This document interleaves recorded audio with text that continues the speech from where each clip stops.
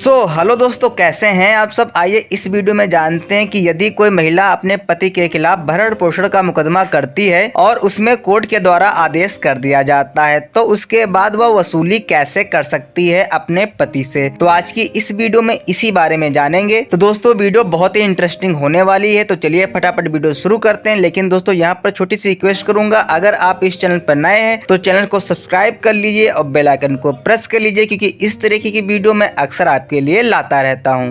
दोस्तों यहाँ पर आपको बता दें कि एक पति द्वारा छोड़ी गई पत्नी को हिंदू विवाह अधिनियम 1955, विशेष विवाह अधिनियम 1956, घरेलू हिंसा अधिनियम 2005 तथा दंड प्रक्रिया संहिता 1973 की धारा 125 के अंतर्गत भरण पोषण प्राप्त होता है। इन कानूनों के तहत कोई भी पत्नी भरण पोषण प्राप्त कर सकती है। इन कानूनों के तहत कोर्ट एक पत्नी को अपने पति से भरण पोषण दिलवाने हेतु आदेश देती है। इन मामलों में सबसे बड़ी समस्या यह होती है कि यदि कोर्ट द्वारा भरण पोषण का आदेश कर दिया जाता है और पति ऐसे आदेश के बाद भी न्यायालय में भरण पोषण की राशि जमा नहीं कर रहा है, तब पत्नी के पास में क्या रास्ता रहता है। दोस्तों भारत में उच्चतम न्यायालय में रजनीश विरुद्ध नेहा का मामला भरण पोषण की राशि की वसूली के मामले में एक अच्छा साइटेशन है। इस मामले में न्यायालय ने भरण पोषण की राशि की वसूली के बहुत सारे तरीके बताए हैं और सभी बातों को स्पष्ट कर दिया है। यदि किसी पत्नी को दंड प्रक्रिया संहिता की धारा 125 के अंतर्गत कोर्ट द्वारा भरण पोषण का आदेश दिया जाता है और उसके पति द्वारा भरण पोषण की राशि न्यायालय में जमा नहीं की जा रही है, तब ऐसे आदेश से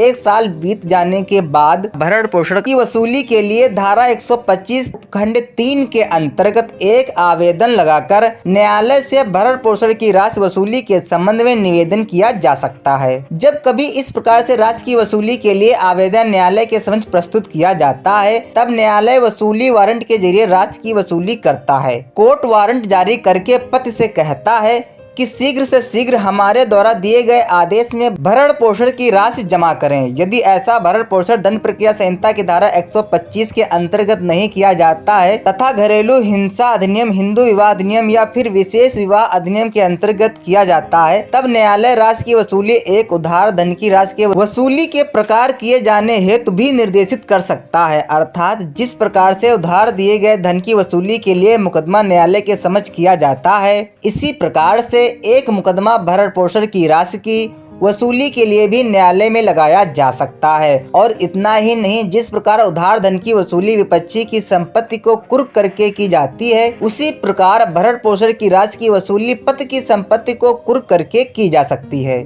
दोस्तों रजनीश बनाम नेहा के मामले में न्यायालय ने यह भी कहा है कि भरण पोषण के मामले में पति और पत्नी दोनों को एक शपथ पत्र के माध्यम से अपनी आय और अपने खर्चों का स्पष्ट उल्लेख करना होगा तथा उसके अंतर्गत कोई भी झूठा तथ्य नहीं दिया जाएगा। जो भी बातें सही हैं उन्हें सत्य प्रतिज्ञा के साथ न्यायालय के समक्ष प्रस्तुत किया जाएगा। न्यायालय भरण पोषण की राशि तय करते समय पति और पत्नी दोनों की आय और उनके स्टेटस को देखेगा और उसके बाद उनकी राशि के लिए आदेश करेगा। जब भरण पोषण की राशि की वसूली के लिए मुकदमा न्यायालय के समक्ष प्रस्तुत किया जाएगा, न्यायालय वसूली का वारंट जारी करने के बाद व्यक्ति के लिए गिरफ्तारी वारंट भी जारी कर सकेगा और उसकी संपत्ति को कुर्क करने का भी आदेश दे सकेगा। या फिर वे एक सरकारी सेवक है तो सीधे उसकी तनख्वाह में से राशि को काटने का आदेश भी जारी कर सकता है। इस मामले के बाद भरण पोषण की राशि की वसूली सरल हो जाती है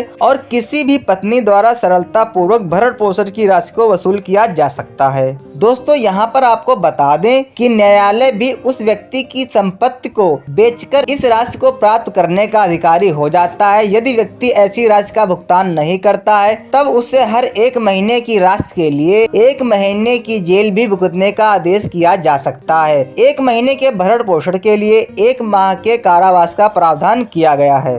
दोस्तों अगर किसी महिला के द्वारा अपने पति के खिलाफ भरण पोषण का मुकदमा किया गया है और उन्होंने पैसा नहीं जमा किया है, तो आप अपने अधिवक्ता के माध्यम से वसूली का मुकदमा कर सकते हैं। यहाँ पर दोस्तों आपको बता दें कि अगर इन परिस्थितियों में पति के द्वारा भरण पोषण की राशि जमा नहीं की जाती है तो अंत में 1 महीने के भरण पोषण के लिए 1 माह के कारावास का प्रावधान किया गया है।